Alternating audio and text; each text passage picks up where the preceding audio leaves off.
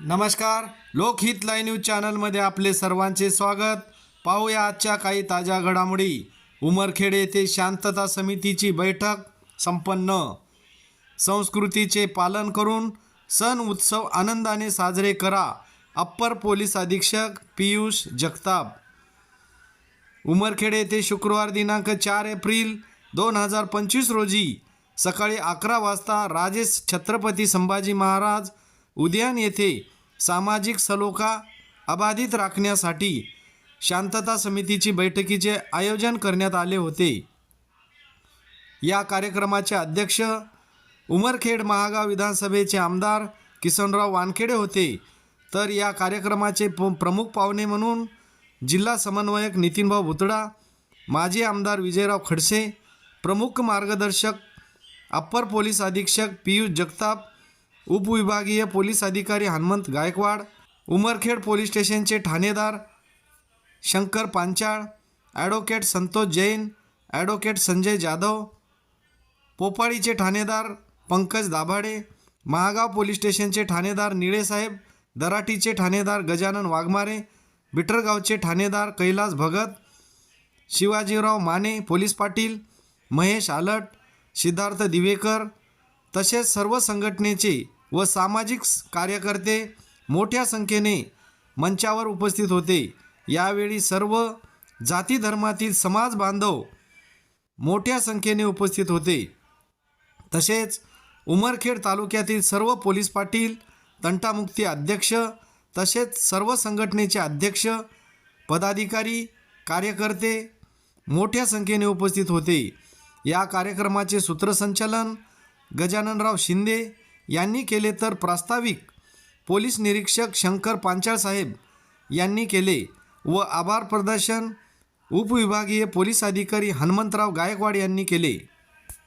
जर वागलो तर आपलं त्या ठिकाणी काही अडचण नाही आणि दुसऱ्यांनी आपलेच बंधू आहेत त्यांनी आनंद व्यक्त करत आहेत तर त्यांच्यामध्ये आपण सामील झालं पाहिजे. काल या ठिकाणी किल्लेचा कार्यक्रम संपन्न झाला आणि सर्व हिंदू बांधव त्या ठिकाणी उपस्थित होते. सर्व मुस्लिम बांधवांना वाटत होतं आमची माणसं आहे, आमच्या गळ्याला सुद्धा त्यांनी भेटू लागली. आम्हाला सुद्धा खूप आनंद होऊ लागला. ही माणसं आहे. निश्चित या समाजामध्ये प्रामाणिक माणसं असतात, परंतु कोणीतरी एखादा कुसाळ माणूस असतो आणि संपूर्ण समाजाला त्याची झळ पोहोचावी लागते. माझी विनंती आहे, याच्यामध्ये काही नाही.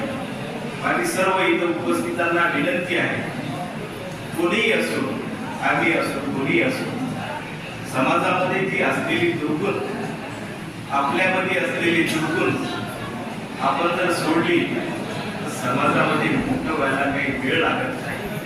म्हणून माझी विनंती आहे, या ठिकाणी महापुरुषांच्या जयंती आहेत, उत्सव आहेत. काल परवा ईदचा कार्यक्रम झाला, रामनवमीचा कार्यक्रम झाला. आपण सर्व बंधू एकत्र राहूया आणि सर्वांचे कार्यक्रम आनंदाने व्यक्त करूया. आणि या उमरखेडांचं नाव महाराष्ट्रामध्ये चांगलं म्हणून कळलं पाहिजे. वेगवेगळ्या क्षेत्रामध्ये अधिकारी निर्माण झाले पाहिजे.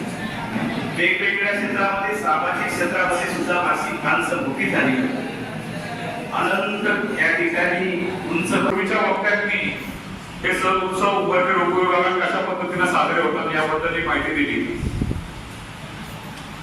या सण उत्सव साजरे करत असताना काय खबरदारी घ्यावी किंवा प्रशासनाची काय भूमिका आहे याच्याबद्दल बोलण्याच्या पूर्वी मी दोन गोष्टीबद्दल उमरखेड वासियांचं अभिनंदन करू इच्छितो. तो म्हणजे आताच आमच्या कायदा साहेबांनी बोलताना सांगितलं की छत्रपती शिवाजी महाराज जयंती, सेवालाल महाराज जयंती आणि रमजान हे 3 महत्वाचे आणि 3 वेगळ्या धर्माचे पंथाचे सण हे मागच्या काही दिवसांमध्ये पार पडले आणि त्या उत्सव पार पडत असताना कोणत्याही प्रकारची अडचण ही निर्माण झाली नाही.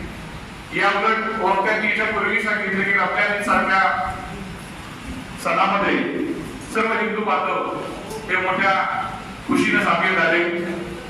त्याबद्दल मी सर्वप्रथम त्यांचं अभिनंदन करतो. दुसरी महत्वाची गोष्ट म्हणजे मी आताच पोलीस स्टेशनला इकडे येण्यापूर्वी गेलो होतो. आमच्या पोलीस वसाहतीच्या बाजूला राम जन्मोत्सव समितीचे जे अध्यक्ष आहेत त्यांच्या मार्फतीने एक बॅनर लावला गेले. मला सुरुवातीला वाटलं की त्यांनी जो राम जयंतीचा मिरवणूक आहे त्याची जाहिरातबाजी केली का काय, किंवा त्याच्याबद्दल सर्वांनी सामील व्हावं असं काही आवाहन केले का. परंतु मी त्यांच्या अध्यक्षांचं अभिनंदन करतो की त्या बॅनरवर त्यांनी येणारा जी काही जयंती आहे त्यामध्ये पोलिसांची भूमिका किती महत्वाची आहे आणि संवेदनशील शहर असं झालेलं आहे ते पुसून काढण्याची आपल्याला चांगली संधी आहे. मागील अनेक दिवसापासून आपण सर्वजण या ठिकाणी हे सर्व सण उत्सव मिळून मिसळून साजरे करतो. एक छोट्या मोठ्या घटना जर सोडल्या तर अशी कुठलीही घटना मागच्या अनेक वर्षापासून आपल्याला पाहायला मिळत नाही आणि ती आपल्याला आता सातत्य कायम ठेवायचं आहे. आणि त्यामुळं माझी आपल्या सर्वांना विनंती आहे की या उत्सवामध्ये सुद्धा या ठिकाणी अनेक वक्त्यांनी सांगितलं की डीजेचा आवाज, डीजे ही काही बंद होणारी वस्तू नाही आहे. ती बंद होऊ शकत नाही. प्रशासनाने ठरवलं, आपण किती ठरवलं तरी नाही होणार. कारण उत्साह जो आहे कुठचाही सण उत्सव मनवायच्या नंतर उत्साह हा त्या डीजेवरच आहे. आणि त्यामुळे डीजे जरी वाजत असेल परंतु डीजे वाजवत असताना त्याच्या आवाजाची मर्यादा पाळली पाहिजे हे सुद्धा आपल्या हातात आहे. आणि त्यामुळं माझी आयोजकांना एवढीच विनंती आहे की डीजे आनंदामध्ये वाजता हरकत नाही, परंतु त्याच्या आवाजावर कुठंतरी कंट्रोल असलं पाहिजे. कारण एखादा रुग्ण आहे, हार्ट पेशंट आहे, त्याला त्याचा किती त्रास होतो हे सुद्धा आपण त्या ठिकाणी समजलं पाहिजे. आणि त्यामुळं एक तर डीजेचा आवाज, दुसरा डीजेवरचे गाणे. आपलं एखादं गाणं वाजवण्याच्या नंतर जर एखाद्याच्या भावना दुखत असतील तर त्या आपण त्या ठिकाणी टाळले पाहिजे. आपण आनंद मनवला पाहिजे. परंतु एखादं पर्टिक्युलर गाणं लावण्यालाच आपल्याला खूप आनंद होणार आहे अशातला भाग नाही.